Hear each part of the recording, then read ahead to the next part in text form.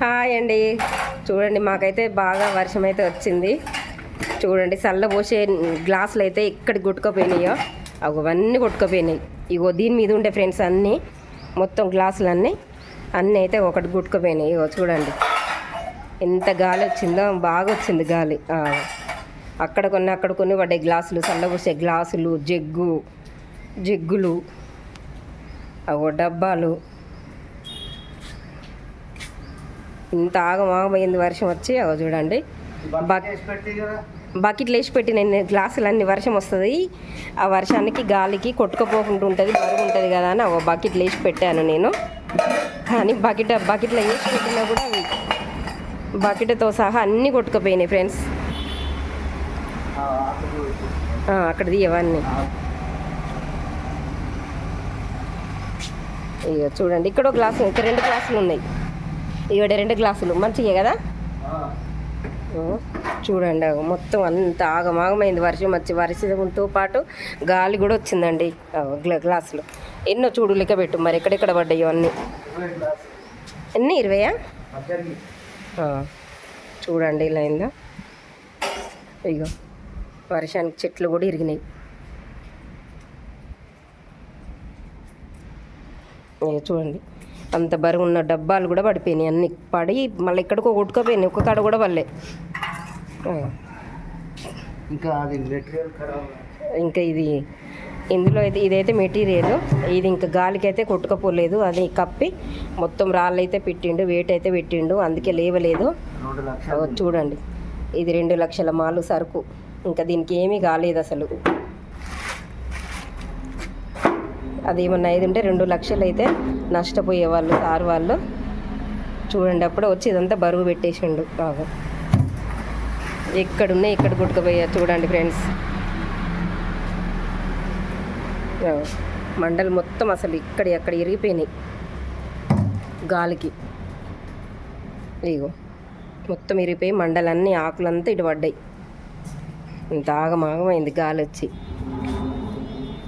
వర్షంతో పాటు గాలి కూడా బాగా వచ్చింది.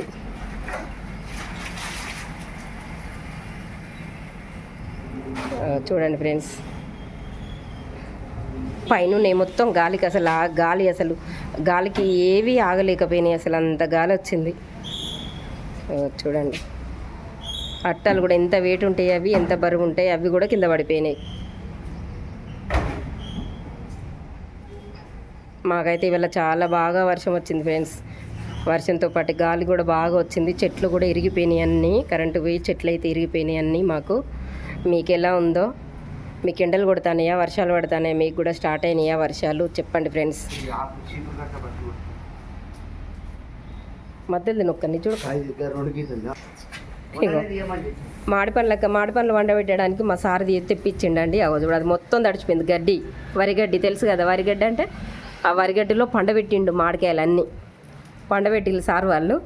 అవి అయితే పండినాయి కానీ గడ్డి అయితే తీయలే, పడేసిండు. అది తడిసి అయితే మస్తు బరువు అయింది, వర్షానికి తడిచింది మొత్తం. పరద కూడా పడేస్తావా? పడేసే. 3 నిమిషాలు అయిపోయింది. ఆపనా? చూడండి పరద ఇట్లా చూడండి. ఆకైతే ఇట్లా రాలిందో అది మొత్తం ఊడవాలి. వాచ్మెన్ అంటారు కదా ఫ్రెండ్స్, వాచ్మెన్ అంటే ఏం సుఖం అండి. వాచ్మెన్ అంటే పొద్దున లేచిన నుండి నైట్ వండుకునేదాకా అసలు ఇంత ఖాళీగా ఉండకుండా అన్ని పనులు చేయాలి. ఇట్లా గాలి వచ్చినా ఏది వచ్చినా కూడా అన్నీ చూసుకునేది మనమే కదా.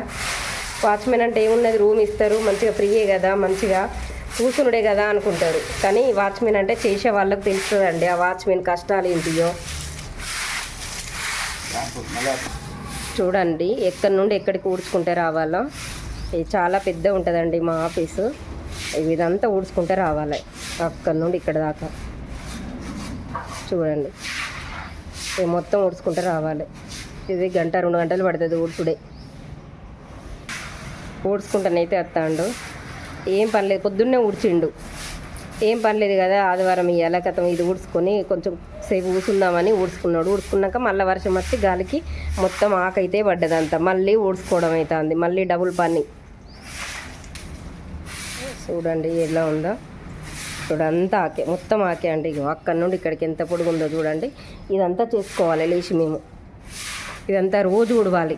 ఇక వర్షాకాలం అయితే మస్తు ఇబ్బంది. ఇలానే గాలి వస్తుంది, గాలి వచ్చినప్పుడు వర్షం వస్తుంది, వర్షం వచ్చినప్పుడు గాలి వచ్చినప్పుడు చెత్త మొత్తం పడుతుంది. అన్ని సామాన్ అంతా కింద పడితే చదువుకోవాలండి.